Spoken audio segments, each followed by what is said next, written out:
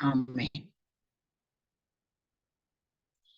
క్రీస్తు పరిశుద్ధ నామమున చేరి వచ్చిన మీ అందరికీ నా శుభాభివందనములు. Good morning everybody. ఈ దినము కొరకై ఏర్పాటు చేయబడిన వాక్య పాఠము కీర్తనల గ్రంథము 123వ కీర్తన మొదటి 2 వచనాలు చదువుతున్నానండి. 123 కీర్తన మొదటి 2 వచనాలు. ఆకాశమందు ఆసీనుడవైన వాడా, నీ తట్టు నా కన్నులెత్తుచున్నాను. దాసుల కన్నులు తమ యజమానుని చేతి తట్టును, దాసి కన్నులు తన యజమానురాలి చేతి తట్టును చూచున్నట్లు మన దేవుడైన యెహోవా మనలను కరుణించు వరకు మన కన్నులు ఆయన తట్టు చూచుచున్నవి. దేవుడు తన పరిశుద్ధ వాక్కులను మనందరి హృదయములలో ఫలింపచేయునుగాక. మంచి మాటలు ఇక్కడ కనబడుతున్నాయి. మనకి అంశం కూడా అర్థమైపోయింది కదా. సో నీ తట్టు నా కన్నులు ఎత్తుచున్నాను అనేది మన అంశం. దాసి కన్నులు తన యజమానురాలి చేతి తట్టు చూచున్నట్లు, దాసుని కన్నులు తన యజమానుని చేతి తట్టు చూచున్నట్టు నీ తట్టు నా కన్నులు ఎత్తుచున్నాను. మన కన్నులు ఆయన తట్టు చూచుచున్నవి. ఎప్పటి వరకు? మన దేవుడైన యెహోవా మనలను కరుణించు వరకు. సో మనం కరుణించబడాలి. అంతవరకు కూడా మన కన్నులు ఎలా ఉండాలి? ఎత్తబడి ఆయన తట్టు చూచే వారంగానే ఉండాలి. నిజంగా మరి దావీదు మనకు చాలా కీర్తనలలో ఈ విషయాలు మనకి బయలుపరుస్తా ఉన్నాడు. కొండల తట్టు నా కన్నులెత్తుచున్నాను, నాకు సహాయం ఎక్కడి నుండి వచ్చును? యెహోవా వలననే నాకు సహాయము కలుగును అనే మాట మనం చూస్తున్నాం. కన్నులెత్తుతున్నాడు కొండల తట్టు, కానీ సహాయం ఎటు నుంచి రావాలి? యెహోవా వలననే. ఆయన కొండల్ని సృష్టించిన దేవుడు, భూమి ఆకాశములను సృష్టించిన దేవుడు గనక మరి మనకు సహాయము కేవలము యెహోవా దేవుని వలననే అనేది ఆయన మడి చెప్తున్నాడు. ఇంకొక మాట కీర్తనలు 143 6వ వచనం కూడా చూస్తే, నీ తట్టు నా చేతులు చాపుచున్నాను. చేతులు కూడా ఎత్తున్నాడు, చేతులు చాపుతున్నాడు.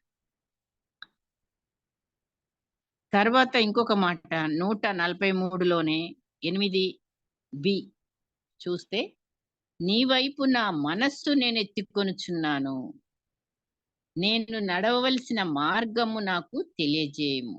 చూడండి దావీదు ఎంతగా ఆయన తట్టు తన చేతులు చాపుతున్నాడు, తన మనస్సు నేను ఎత్తుకొనుచున్నాను అంటున్నాడు. ఎందుకని? నడవవలసిన మార్గం తెలియజేయటం. సో మొదటిగా ఇప్పుడు మనము 3 విషయాలకై మన కన్నులు ఎత్తబడాలి. మరి మొదటిది ఏంటి అంటే, మన కన్నులు ఆయన తట్టు ఎత్తబడాలి.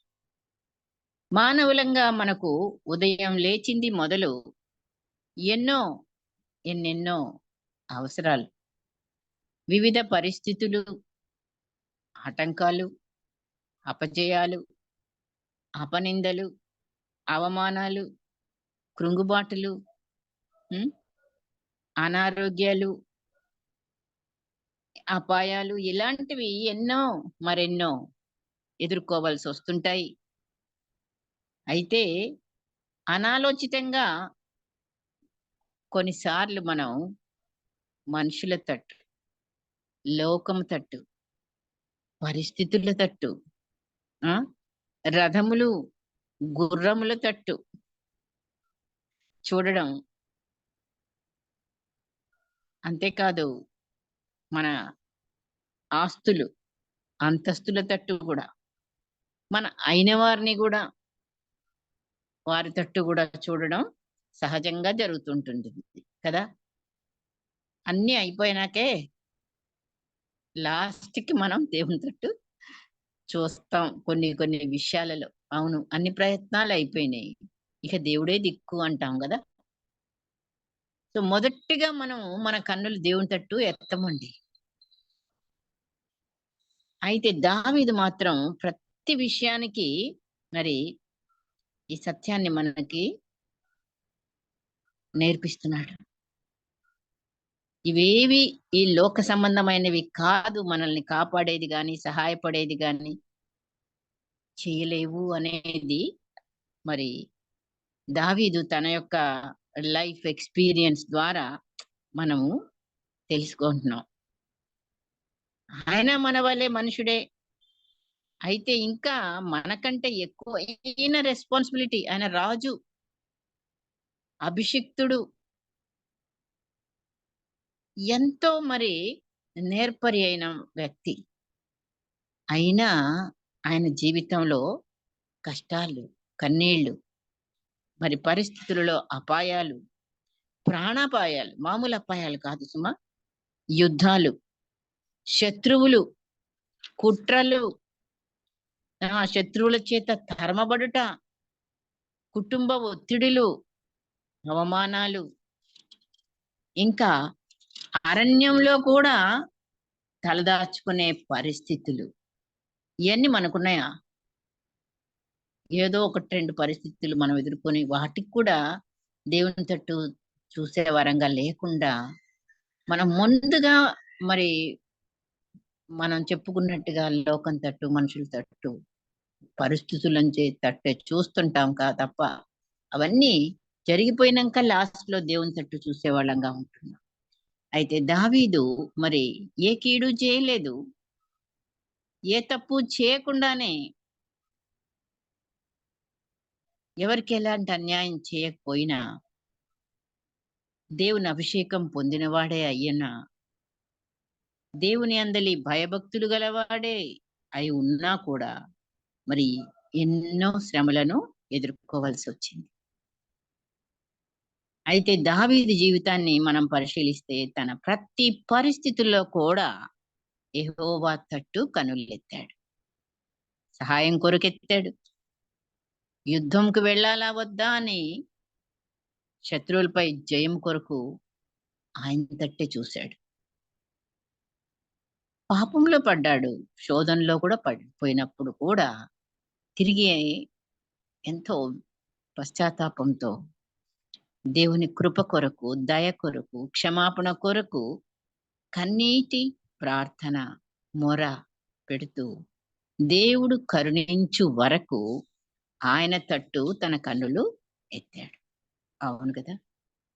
తన చేతులు చాపాడు. తన మనస్సును ఎత్తుకున్నాడు. ఇలాగా మరి దావీదు మనకెంత మాదిరిగా ఉన్నాడంటే అన్ని పరిస్థితుల్లో. అందుకనే దావీదు కీర్తనలు అన్ని డినామినేషన్స్ వాళ్ళు గూడా ఎంతో ఆచరణగా కీర్తనలు చదువుతారు. కీర్తనల ద్వారా మనకెంతో ధైర్యం, మనకెంతో మరి ఊరట. ఆ! మనకి నిజంగా కీర్తన చదువుతున్నప్పుడు ఏ కీర్తన చదివినా సరే మనలో కృంగుదల పోవడం, ఇలాంటివి మరి ప్రతి పరిస్థితిని ఆయనకి కలుగజేసి, ఆయన నోట నుండి వచ్చిన ప్రతి కీర్తన గూడా మరి మనకెంతో ఆదరణ మనం పొందుకుంటున్నాం. తన క్షేమం కొరకు, భద్రత కొరకు ప్రభు తట్టు తన వాక్కు కొరకు కనిపెట్టాడు దావీదు. అవును. కనిపెట్టాలి. దాని ద్వారా ఆయన ఏం పొందాడయ్యా అంటే జయాన్ని పొందాడు. దేవుని నుండి సహాయం పొందాడు. క్షమాపణ పొందాడు. ప్రార్థనలకు జవాబు పొందాడు. ఆశీర్వాదాన్ని పొందుకున్నాడు. అన్నిటిని మించి దేవుని నుండి ఒక మంచి సాక్ష్యం పొందాడు. ఏంటండి? దావీదు నా హృదయానుసారుడు అనే సాక్ష్యాన్ని పొందుకున్నాడు. ఇంకా దావీదు కుమారునిగా మరి దావీదు వంశావళి నుండి యేసయ్య జన్మించడం ఎంత మంచి ఆధిక్యత. ఆధిక్యత అయితే బావుందని మనం మెచ్చుకుంటాము. కానీ ఆయన ఎన్ని మెట్లు ఎక్కుకుంటూ వచ్చాడో ఈ మరి ఆశీర్వాదాన్ని పొందుకోవడానికి. కాబట్టి మనం కూడా మన అనుదిన జీవితంలో ఎదుర్కొంటున్న పరిస్థితుల్లో దావీదు వలె ప్రతి విషయంలో మన కన్నులు ఆయన తట్టు ఎత్తబడాలి. యథార్థ హృదయంతో మనము ఆయనని ఆశ్రయించి, ప్రార్థించి, స్తుతించి కనిపెట్టినప్పుడు ఆపత్కాలమందు ఆయనే మనకు సహాయకుడవుతాడు. మనకు క్షేమాన్ని, జయాన్ని, బలాన్ని, జ్ఞానాన్ని, ప్రార్థనలకు జవాబుని, ఆశీర్వాదాన్ని కూడా మనం తప్పకుండా పొందుకుంటాం. మరి ఇవి మనం ఇంకా పొందుకోలేకపోతున్నామంటే మన కన్నులు నిత్యము ఆయన తట్టు చూడటం లేదు. అంతే కదా! కాబట్టి మనం నేర్చుకునేది ప్రాక్టికల్‌గా, వాక్యానుసారంగా మనం ప్రతి విషయంలో కూడాను మరి ఆయన తట్టు చూసే బిడ్డలంగా ఉండడానికి ప్రాక్టీస్‌లో ఉండాలి. రెండవదిగా మన కన్నులు, ఇదిగో మీ కన్నులెత్తి పొలములను చూడుడి.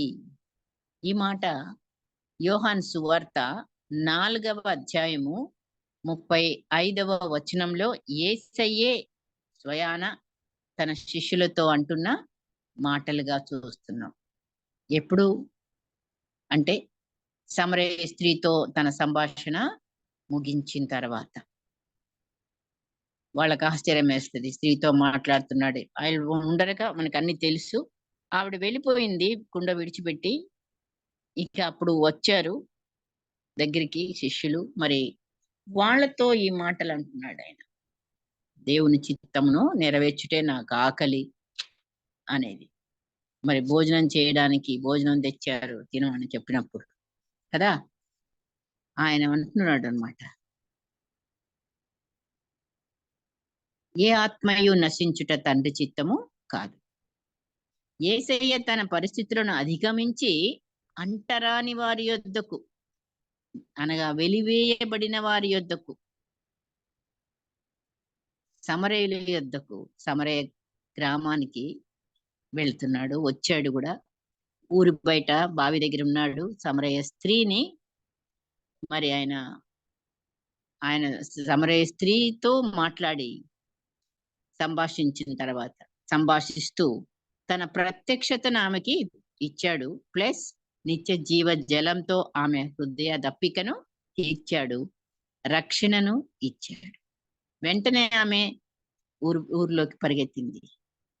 ఆమె సాక్ష్యం ద్వారా ఆ సమరయ గ్రామవాసులందరూ యేసయ్య వద్దకు నడిపించబడ్డారు. వాళ్ళని రమ్మనలేదు కానీ వాళ్ళే పరిగెత్తుకొని కావాలంటే చూడండి అని అంటే మరి వచ్చేసారు. వారి కోరిక మేర, గ్రామస్తుల కోరిక మేర 2 దినములు అక్కడ యేసయ్య వాళ్ళతో ఉన్నట్లుగా రాయబడింది.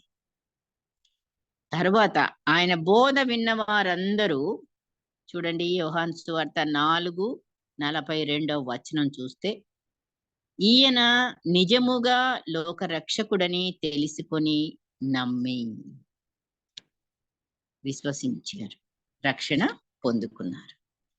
కాబట్టి ఇప్పుడు సమరయ స్త్రీ ఏం చేసింది? కన్నులెత్తి ఊరు వైపు చూసింది.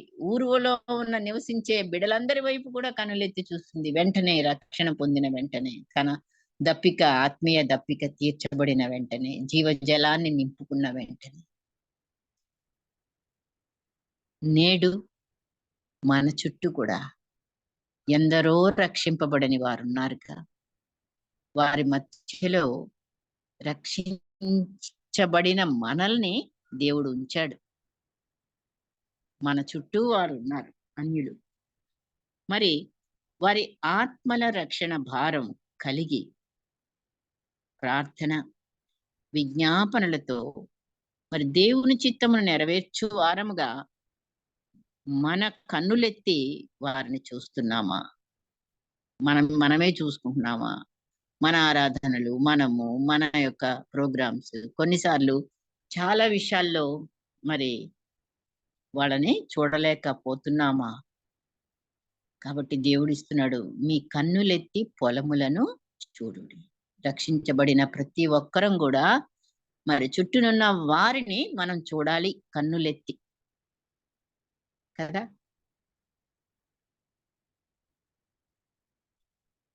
మనకు చిన్న ఉదాహరణ, లాజరు ధనవంతుడు చూస్తే స్టోరీ మనకు తెలుసు. ధనవంతుడు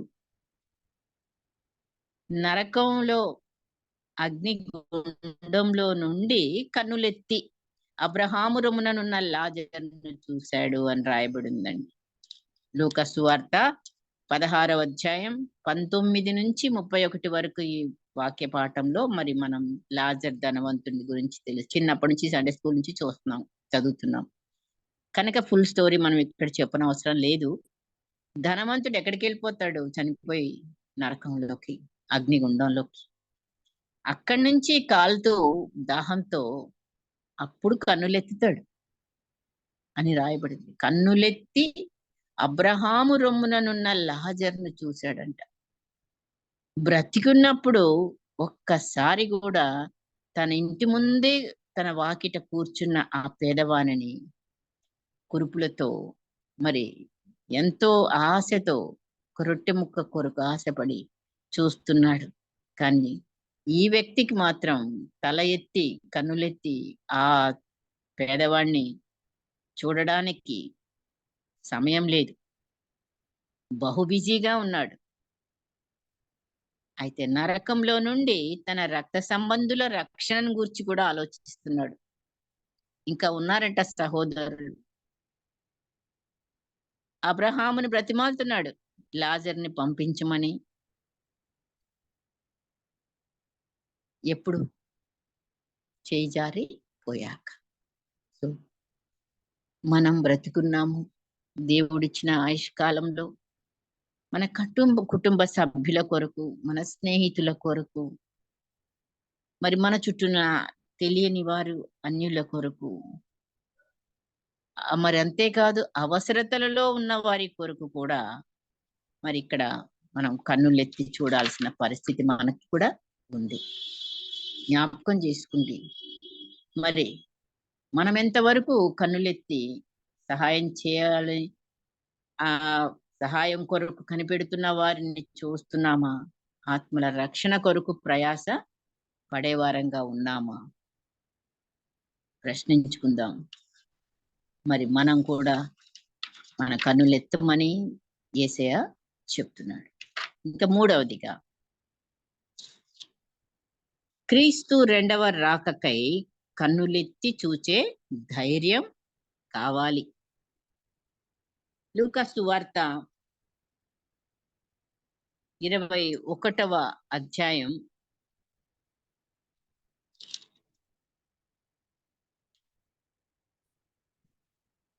10 నుండి 28 వరకు వ్రాయబడిన వాక్యాలు.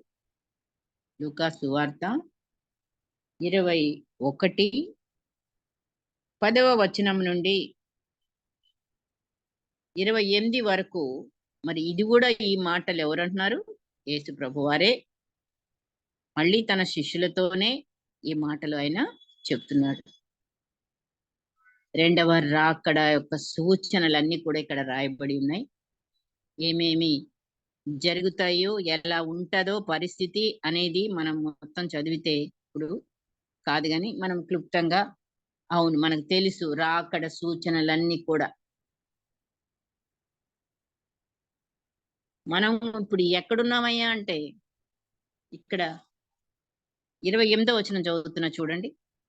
ఆ సూచనలన్నీ చెప్పిన తర్వాత యేసయ్య అనే మాటలు, ఇవి జరగనారంభించినప్పుడు మీరు ధైర్యము తెచ్చుకొని మీ తలలెత్తుకొనుడి, మీ విడుదల సమీపించుచున్నదనెను.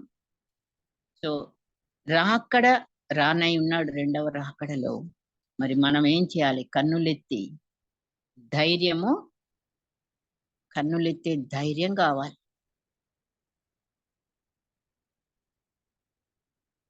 ధైర్యం తెచ్చుకో అంటున్నాడు. ఇప్పుడు మనం ఉన్న పరిస్థితి ఏంటి ఎగ్జాక్ట్లీ అంటే ఇదే. రాకడ సమీపించిన దినాలు గడియల్లో ఉన్నాము.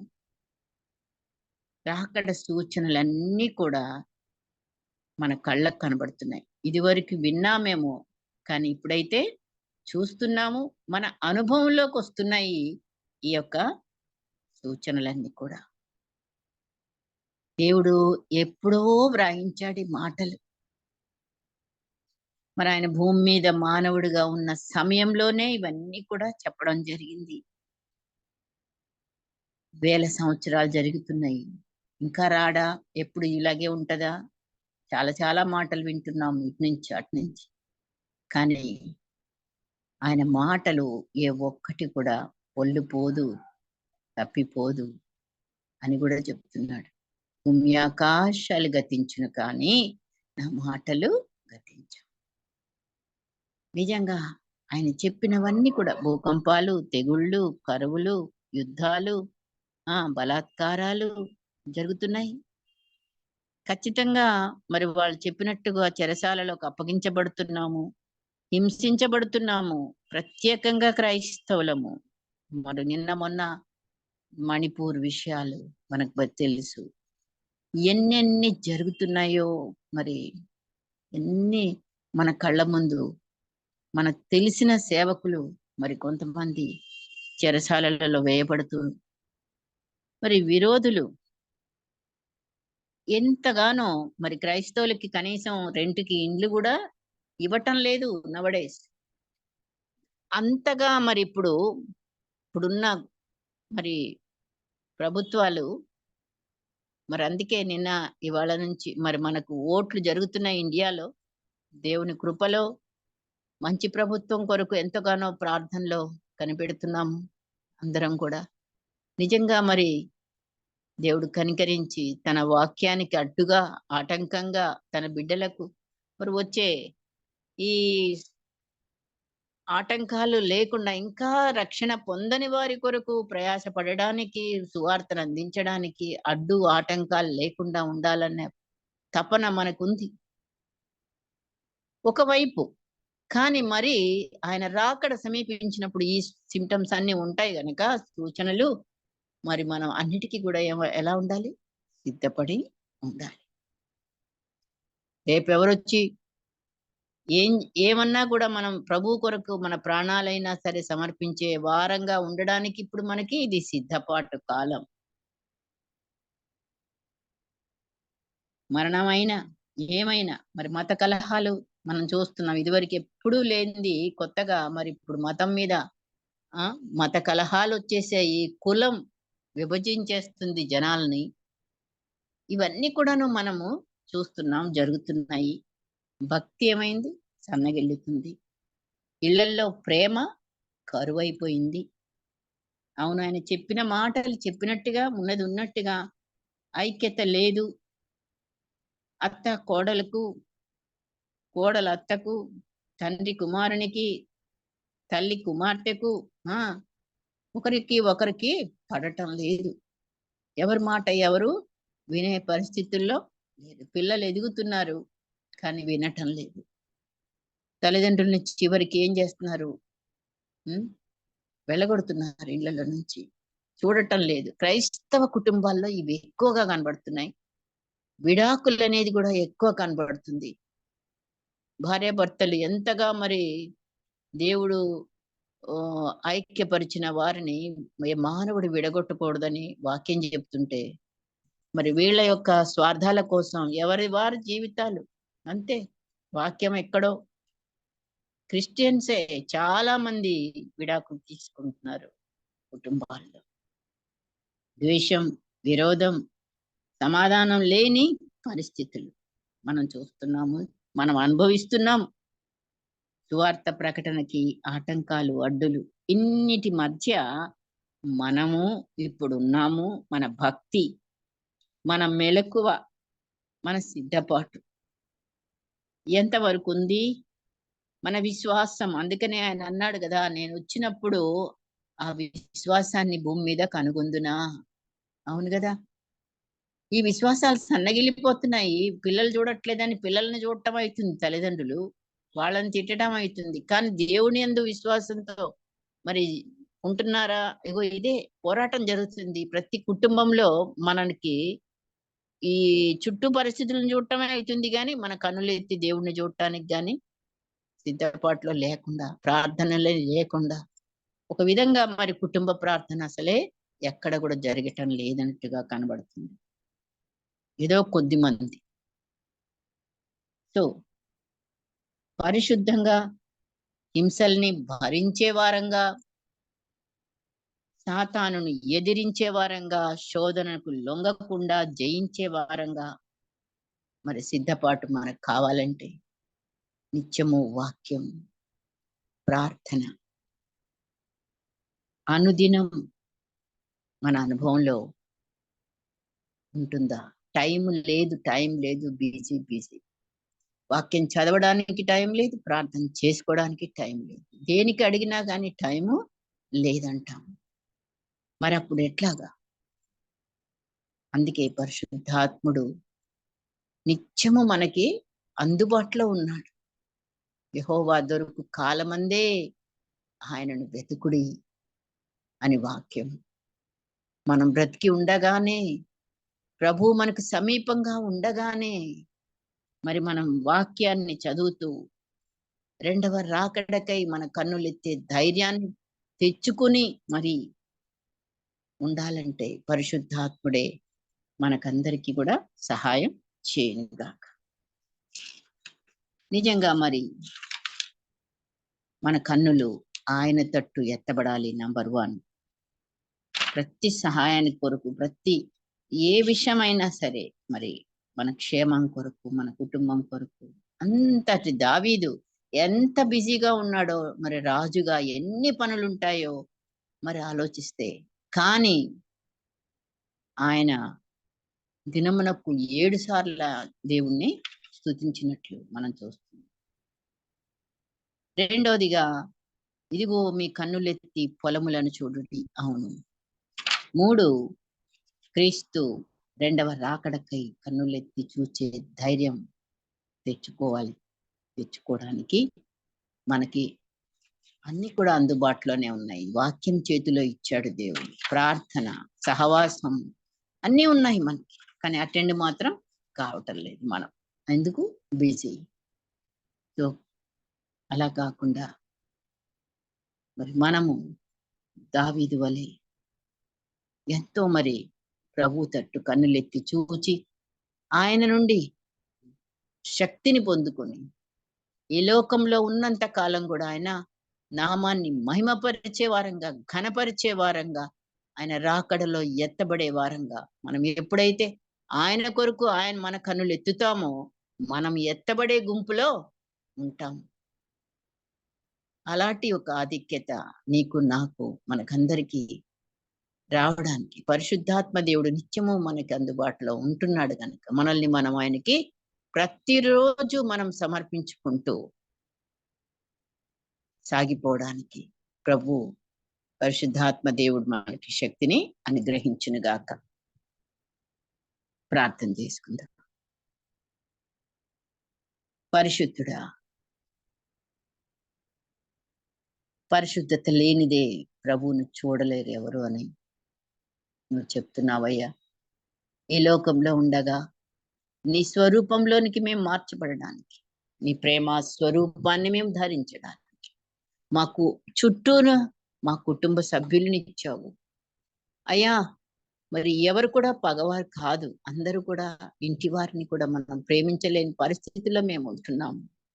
దయతో నన్ను మమ్ములను క్షమించి ప్రభువా, నీ తట్టు మా కన్నులెత్తి దావీదు వలె ప్రతి పరిస్థితిని నీ చేతికి అప్పగిస్తూ అయ్యా, అంతేకాదు మరి పొలముల తట్టు మరి మా కన్నులెత్తుటకు అనగా అన్యులను, మా కుటుంబ సభ్యుల కొరకు, రక్షణ పొందని వారి కొరకు, మారు మనసు లేని వారి కొరకు, బంధకాలలో ఉన్న వారి కొరకు ప్రభువా, మరి మేము కన్నీటితో ప్రార్థనలో మా కన్నులెత్తి అయ్యా వారందరూ కూడా రక్షించబడుట